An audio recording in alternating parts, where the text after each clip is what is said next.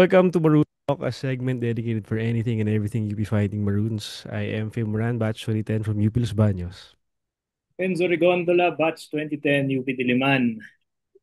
Oh, ito Welcome na back. naman tayo. Ito na naman tayo, Ano parang naman, kailan lang. parang kakatapos lang ng round 1 ah. Bakit nandito na naman Sabi, tayo? hindi na tayo nakahinga. Hindi tayo nakapag-analyze ng round 1. So, kasi biglang binagsak nila yung schedule.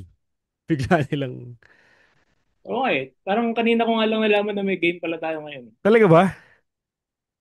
Hindi naman, kagabi Mga siguro. kahapon, most. So, kaya yung kanina, yung first starting five, pinost ko rin kasi nga most likely hindi rin lahat may alam na ngayon na yung game natin for the first game of the second round. Second round na po ulit mga kaibigan dun sa mga hindi pa nakakaalam. And with that, kinalaban natin agad ang top seed NU Bulldogs. Yes. Luckily, we beat them 78-74. Final score in favor of the UP Fighting Maroons. Uh, we have swept the number one seed, NU Bulldogs, for season 88. Yun. Bulldogs, Buti 6-2 ang 6-2 record nila. Yung sa ngayon. 2 tayo. So, good Five, job. anong tayo ngayon? 5-3?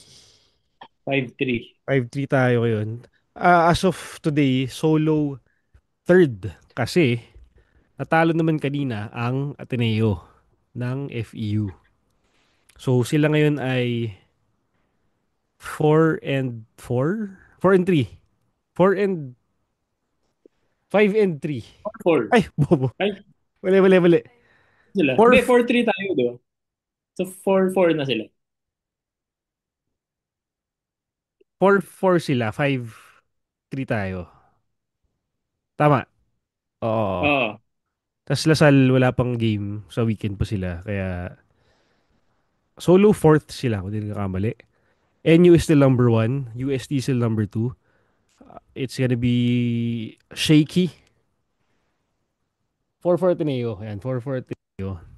So it's gonna be shaky this weekend kasi may mga games pa mangyayari. Uh, Next game natin at QPAV against FEU, I think. So currently, FEU has a two-game winning streak over UE and kanina yung Ateneo. Props to Joric Bautista for hitting those dagger threes. Okay.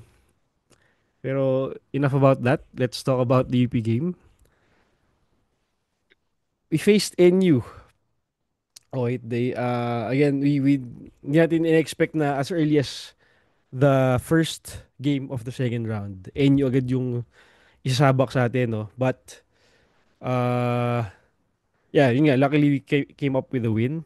So, bago ko ibigay kay Enzo yung, yung floor, ano yung muna? From the start.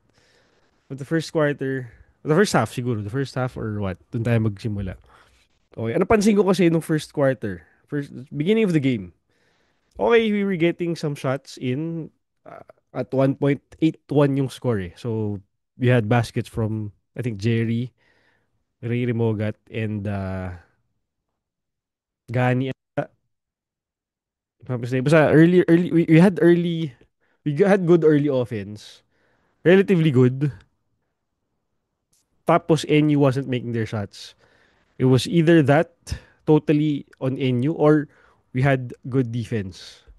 So, Okay. yun yung ano nun, yun yung could be credited to our good defense early on.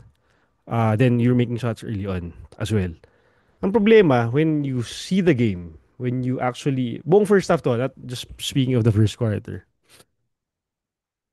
Yeah, siguro pwede mo sabihin defense was okay.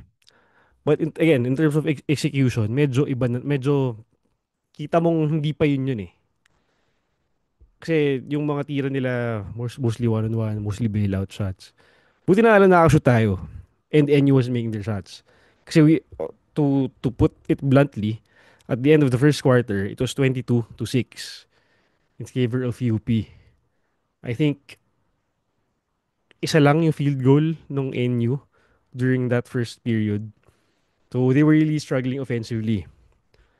That spilled, ano bang ano ko? Ayan. Sa notes ko nakalagay good defense from good offense from UP early on. NU was struggling offensively. Jacob Baila had good hustle plays early on. Yan. So credit to the defense ni Jacob and the others, which gave us extra possessions. When Harold Alarcon came in, Matic, microwave. First attempt niya, three-pointer ata, I think yun, shoot. So he wasn't really uh, feeling, hindi na kailangan mag-warm up para maging effective siya offensively ngayon.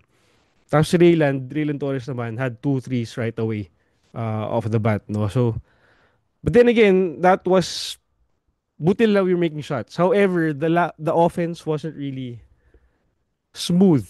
Hindi siya smooth na inaano natin. It was pretty lousy at that. May pagka-lousy pa siya. Plus, buti na lang pala, hindi nakashoot yung NU. Okay, so why do I say this? Hindi, sige, second quarter muna. Second quarter pag-usapan natin, Tanzo. Ito na, ano muna to. Ito yung si Choi Palangka tried to attempt a poster dunk on the NU front line. Meron na tayong mga turnovers pretty much. Ah, kaya medyo nakakadikit na yung NU sa atin. Tapos at this point, si Jake Figueroa only had 1 point. This was mentioned by the panel second quarter, mga 5 minutes remaining. So we were giving Jake Figueroa a hard time nung first half. Tapos continuous pa rin yung scoring ni Harold. He actually finished the first half with 11 points. Tapos bukang yung zone defense ng UP, yun ang medyo nagiging effective. At the half, you're up by 12, 41-29. So, ano napansin mo sa first half? Bago ako magtuloy. Nung nakauwi ako, ano na eh, medyo midway to second quarter. Okay. Tapos, lamang pa rin naman tayo nun, pero humahabol na yung NU nun eh. Dumidikit na. Humahabol na sila. Kasi ang ganda ng depensa nila. As in, I think the whole game naman, hanggang fourth quarter, yung depensa ng NU talagang nakadikit sa ball handler.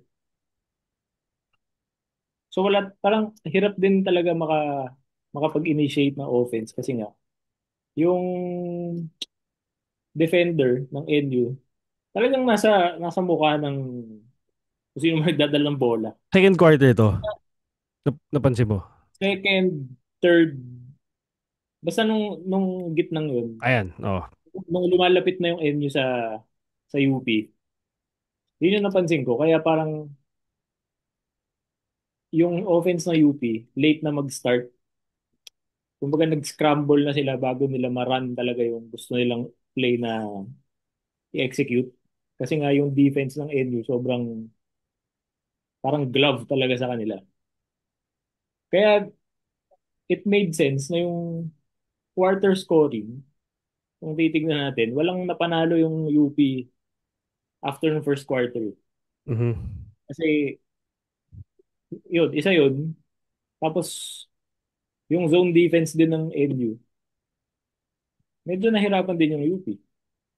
Which again, parang ilang games nang nagiging problem. Ilang games nang zinozonan tayo ng kalaban natin. Tapos parang hindi pa natin ma-break. Which is, I guess, an area of concern moving forward.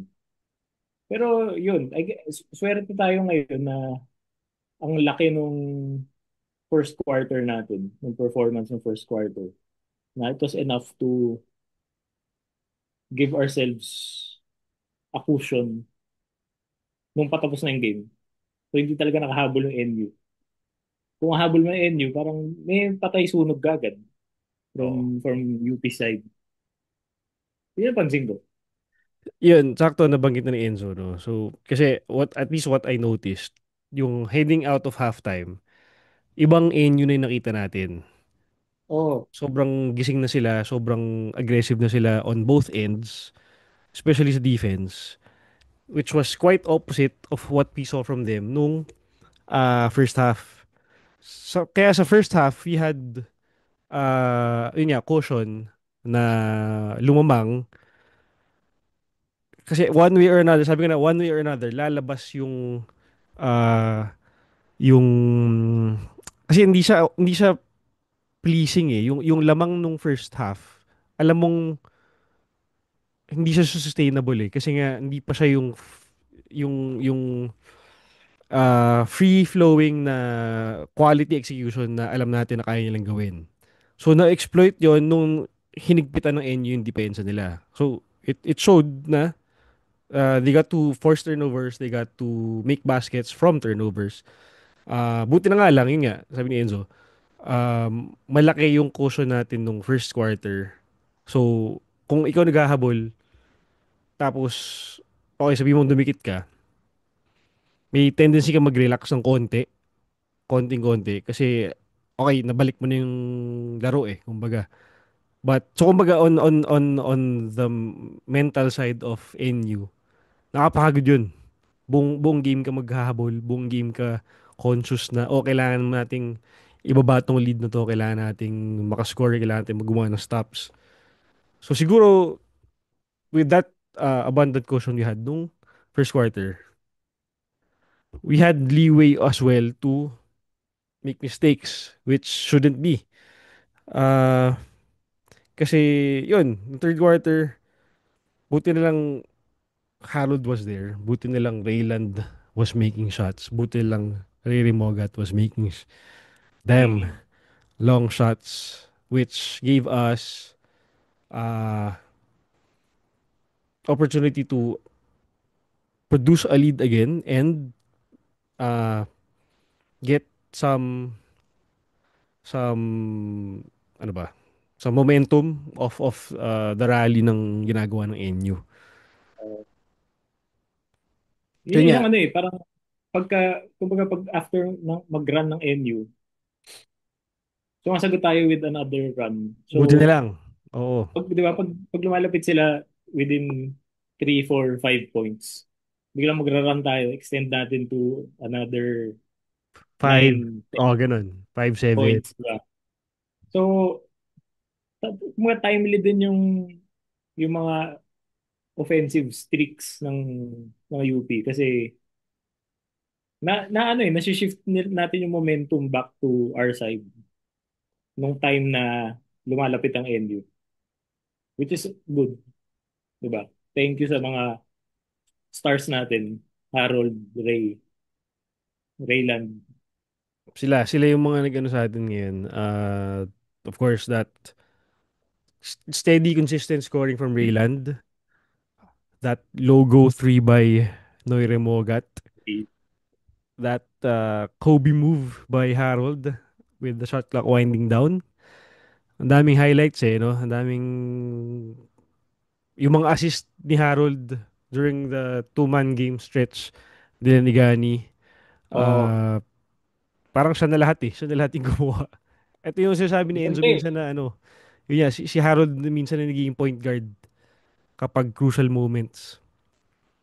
oo kasi parang may time doon na nandun din si Terence yata eh.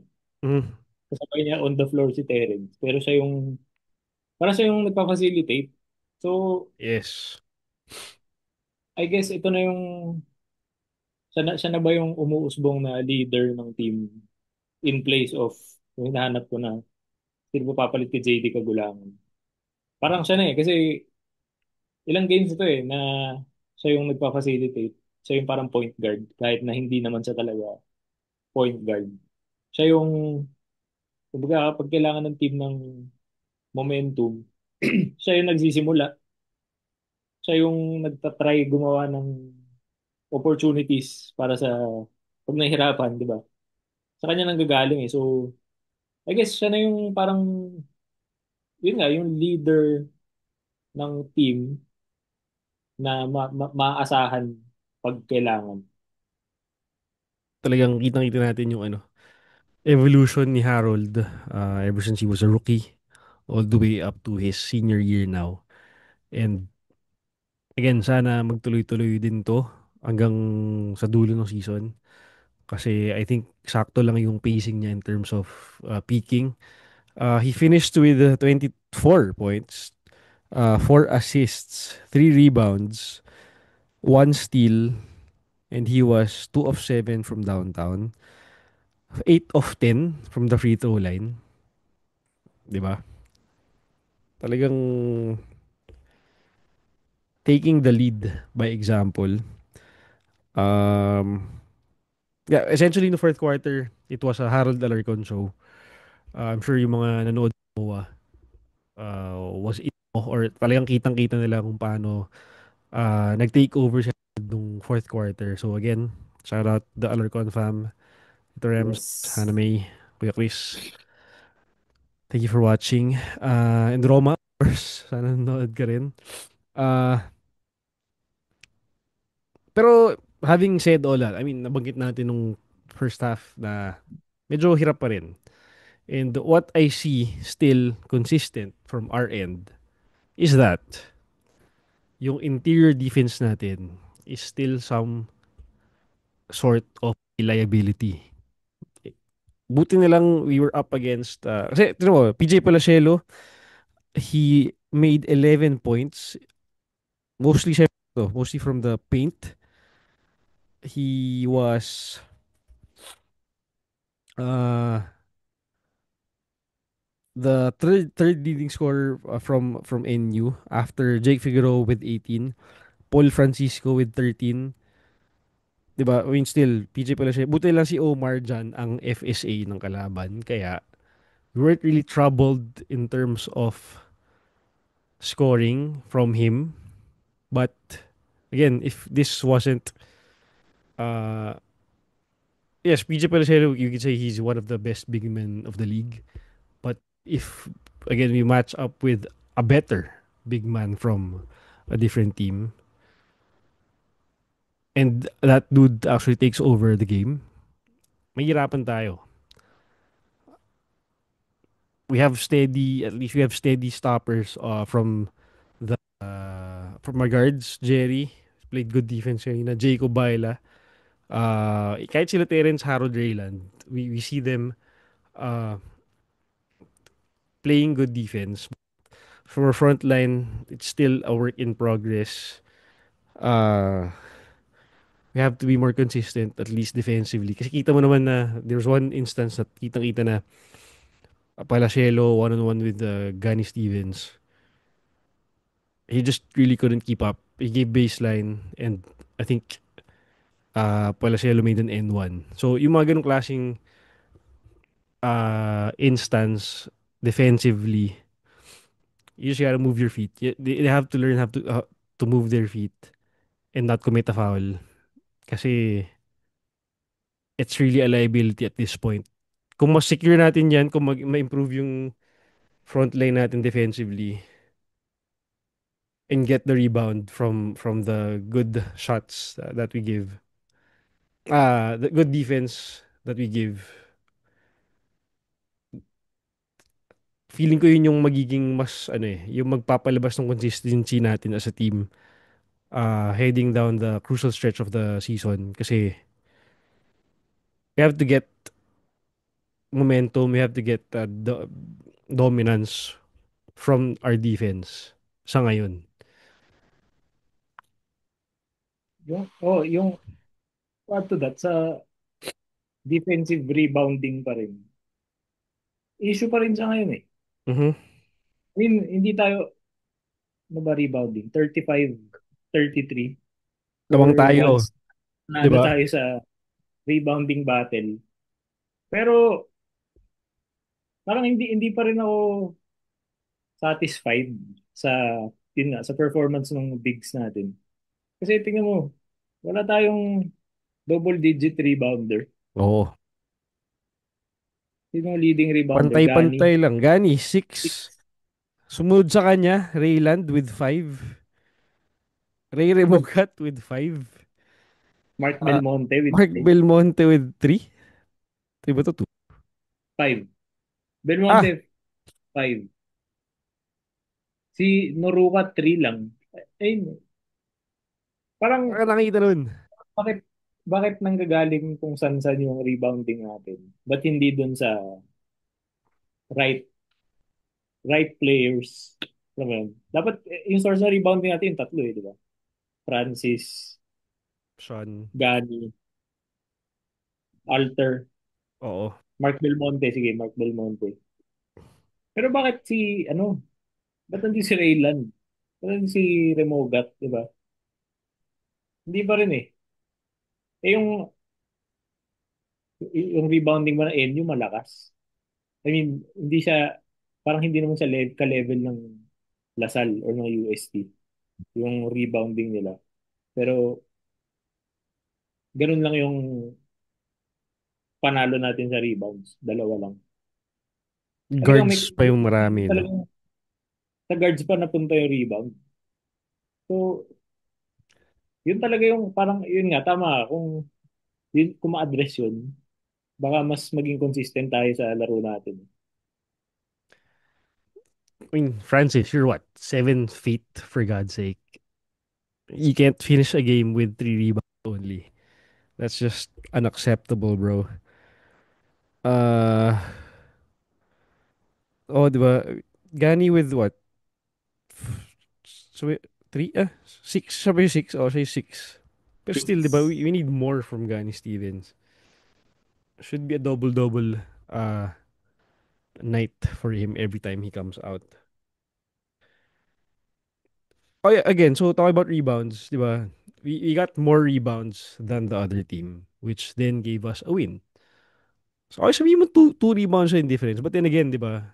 It's a game of inches. We lost to Lasal by how many? We lost to UST was a different story. Uh, Adamson, di ba? Dikit lang. So, what if we got more rebounds than they did? Could have turned into a win. Assist to turnover ratio, at least medyo pumantay. But still, this turnover count is quite high. You got you got 18. actually three turnovers from Harold, three from Riri Mogat, three from Jerry Abadiano, two from Migs. What? So, di ba? Still a lot to improve on. I mean, there are instances again na si Remogat kanina was making fancy passes na hindi naman kailangan. Medyo recurring ano na rin siya na again we have to address kasi it's what? It's a second round. We have to keep in mind na kailangan na mas pulido yung maging action dito. I mean, iba kasi yun from ano eh. Iba yun from sa tinatago na tactic. Iba siya from actually containing what tinatago yung play. It's more of a habit na dapat mawala, Oh. 'di ba? So hindi siya again, it's something to address. Hindi siya Minsan iniisip ko acceptable. na lang na baka pinapabayaan lang nila si Ray gawin yun para lang to keep him happy lang. Alam mo yun? Kasi gusto niyang ganyan maglaro eh. Parang let's just keep him loose para Kahit pa lang, paano. alam mo, para yung confidence niya ma-maintain na medyo mataas. Sige, Mhm. bayaan mo siyang yan na yung trade-off. Magkakaroon siya ng medyo stupid turnovers minsan. Mhm. Unnecessary flashy plays. Pero kung ang kapalit naman eh mas confident siya heading down the stretch, 'di ba? Makakatira siya ng mga logo three-pointers. Baka tingin ng Ego. coaches, pwede na, sige. Aha. Okay ng trade-off 'yan. Kaysa naman bigla kang mawala kung kailangan ka namin. minsan pumapasok din sa isip ko yan. Sana lang malesen niya. So, yeah, I mean, minsan naman pumapasok talaga yung shot niya. And that's what matters. So, yeah, hopefully tuloy-tuloy. Again, Raylan Torres, amazing for today. 2 out of 5 from downtown. He finished with 10 points. Quality minutes from Raylan. Actually played 27 minutes. Uh, Gani, yeah, we mentioned Gani, 7 points. Terence with 6, one 3-pointer. Jacob, Was hurt with foul trouble, but finished with five. Si Francis Nuru kasi still, he finished with five. Si Jacob pala finished with six. We need more from Francis. Jerry, Choi, Mark, Sean, and Migs got to play today. On NU's end, quite surprising seeing Steve Nash only playing 12 minutes. So he's what? Probably injured or what? Kasi ang starter nila kung di nagkakamali was si Tebol Garcia. No. Ano, si Nash pa rin, but Tebol Garcia actually played way more than he did. 26 minutes compared to Steve Nash's only Oo nga, eh. 12. What is that? Ano, foul trouble ba siya? Hindi naman ah. One foul Hindi lang naman. naman siya. Parang, oh, yun yung pala, ano, yun pala yung parang hindi natin nakita kanina. Parang, nung second half na yata siya mas babad. Parang ganun, di ba? So, something to think about. Ano yan, match up, ano kaya yan? Match up uh, issue. Unless bumunot na si Jeff Napa na si Table ang gagawa. But kita rin kanina na he had costly turnovers no fourth Oo, quarter. yan, So, 5 turnovers siya. oh, so kung yun yung gamble niya for this game, I think it didn't work. Uh, sobrang limited si Nash kanina for some reason. Kaya din siguro they weren't really getting um, their groove going nung early on. And Jake Figueroa wasn't getting his shots. Uh, yeah, si Parks pa nga yung medyo gumawa din. Padrones was some. So, siguro credit to UP's defense na we got to limit some key players on NU side, which what we need kasi yung two losses ng NU sa atin ang galing. Kaya, meron pa ba sila ibang talo? Wala, tayo lang. Tayo lang, di ba? So, at least on our end, we get to defeat the top seeded team. However, yun nga, this is second round now. Let's see how far NU goes coming off that hot start they got no first round and see how sustainable it could be on their end. Sa atin naman, kita naman, still a lot of things to improve on. Still a lot of things to watch out for. Kaya we're happy we got this win, but we're still far from where we want to be. Right, Zoe? Tama. Marami pa rin eh. Hindi pa rin, hindi pa rin siya, hindi pa rin niya naaabot yung level ng team from last year. Like Malayo, two sobrang seasons layo. ago. Tayo eh. Kasi nga, yun, nawala yung,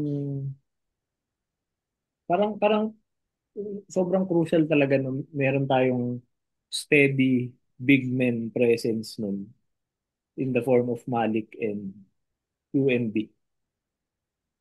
At maasahan sila eh. As in, pag nandun sila, sure ka na sa rebounds, sure ka na sa interior defense mo. Ngayon, hindi eh. Parang yung defense, medyo nandun kasi yung presence, mere presence nila parang can bother other players. Pero hindi enough yung rebounding talaga. Hindi tulad ng mga pinundan nila. Kaya medyo hirap tayo this season kasi hindi pa rin na ano, hindi ma-replicate nung dalawa yung nagagawa dati nila QNB. Ika nga ni Coach Gold, no? Kailangan natin mag-improve. Still so much room for improvement from this team. But Parang on nawala audio mo. nawala ata internet. Okay na ako. Okay. Naglag yata. Okay. Yun, so as Coach Gold mentioned, we have to improve as a team heading into the crucial stretch of the season. Still so much. I mean, kita naman natin eh. Kita naman na hindi pa tayo, wala pa tayo doon. But one thing is, for sure, one thing is needed. The team needs our support no matter what. So, lahat tayo dito, I mean, ano ba? Ano na kami ni Enzo ang mag-point at least on our side from the stands. Uh, I'm sure some of our statements you get to agree as well. UP Fight community. But then again, in the end, let's all make sure that we still support the team no matter what. Whether whether if we lose or we win, dapat pareho yung suporta natin sa team na to kasi wala, sino bang, saan pa sila kukuha ng lakas, di ba? Sa, sa fans pa rin naman. Okay. Now, uh, again, as fast as the second round schedule came out, siguro, let's get, so we got this win in the bag. Another game upcoming this weekend. Now, let us focus on that. So, let's celebrate this win kahit pa paano. Because uh, we got to beat NU, the number one team. And Harold had the game of his life, at least for the season. Season high 24 points. That is something to watch out for. Hopefully he sustains this. Who knows? I'm calling na hindi lang ito yung magiging player of the game. Si output niya this season 88. So I'm pretty sure meron pang ano yan. Meron pang repeat performance kumbaga. Oo, ano siya eh, parang trending upwards yung laro niya ngayon. Mhm. Diba? Mhm. Past few games, solid yung pinapakita niya. So sana tuloy-tuloy yung trend na yun. Either yun or merong ibang player na mag-step up. We'll take that as well. Oo, Na gantong klaseng consistent na tulad ni Harold. So, pero at least si Harold ilang beses nang nag-step up na yep. parang tingin ko siya na yung go-to guy natin pag let's say last 1 minute Mm. fight game kanino mo bibigyan bola wala kang mapasahan tingin ko siya na yung Sana. all. Kailangan na niyang i-claim yun. Kumbaga. Oo eh kasi kaya niya eh kaya niyang i-perform yung role na yun na for the past siguro the first 3-4 games ng season parang hindi pa natin alam kung sino yun pero yun Paki- nga yung recent games. Pakiramdaman pa eh, no? Oo. Oh, yung recent games, napapakita na niya na ako na to. Ako na yung, gusto kong ako yung puntahan ng bola pag wala nang ibang mapuntahan. Siguro it's very much welcome from the team. It's welcome from the fans at that. So Harold, kunin mo sa'yo na yan. Sa'yo na yan. May tiwala si Coach Gold sa'yo for sure. Kaya huwag ka na mahiya. Kunin mo yan. Uh,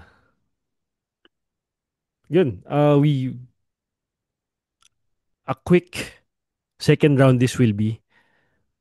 So hopefully everyone keeps safe. The team sana wala injure. Uh, yeah. Akala ko nga lumamang PNU, hindi na pala sila lumamang. Wala palang lead change ng naganap. Our biggest lead Wala na. was 18. Tapos wala pala silang wala palang tie, wala palang lead change. Dumikit lang sila by 2 nung fourth quarter. And again, Harold Alarcon happy. Hmm. Okay. Okay din yung panalo. I mean, parang napakita naman ng NU kung bakit sila yung top seed. And they, I think UP deserved that win. Oo naman. Yung hot start nila enough to carry them to the end of the game. Kahit na, yun nga, scoring-wise, talo yung UP from the second to the fourth quarter. Okay lang. At least they still pulled it off. So we'll take this and Mm. hopefully the team realizes na yeah, they got a lot of work to do still. We're still far from ulit-ulit kami ni Enzo. We're still far from where we want to be. And siguro we're just saying that on behalf of the team na lang. Ano, siguro, alam natin, alam din nila yan. Uh, siguro for us to point that out, ano lang, to acknowledge na we shouldn't be satisfied with already where we are. Kasi kita naman, we're what, third? We haven't been in this position since season 84. Kaya this is still unfamiliar territory for us. But so far, we're heading towards the right direction still. Kaya, yun, wala pa rin bibitaw. Tuloy-tuloy lang tayo. So, Yep. FEU sa Sunday coming off a win against Ateneo. Sabi sa inyo yung FEU better than what their record shows. yes. Super. Uh, yung last game natin, close game, nanalo tayo. So FEU will be coming with vengeance and momentum, di Oh, ba? dikit nga rin pala. Alam Yes, natin oo, yun. dikit din tayo. Alam nila Ateneo. So, may confidence yan. We better watch out. Yes. Kasi magaling ang FEU. We can't pawn them. Mm. Yun. Salamat everyone. See you guys in the next one. Thank Subscribe. you. Get the shirts. Ingat. UB Fight peeps. Panalo ulit tayo. Ano We'll be tayo? fight. Thank you, Zo. Good night. Fights. Bye. Thank you.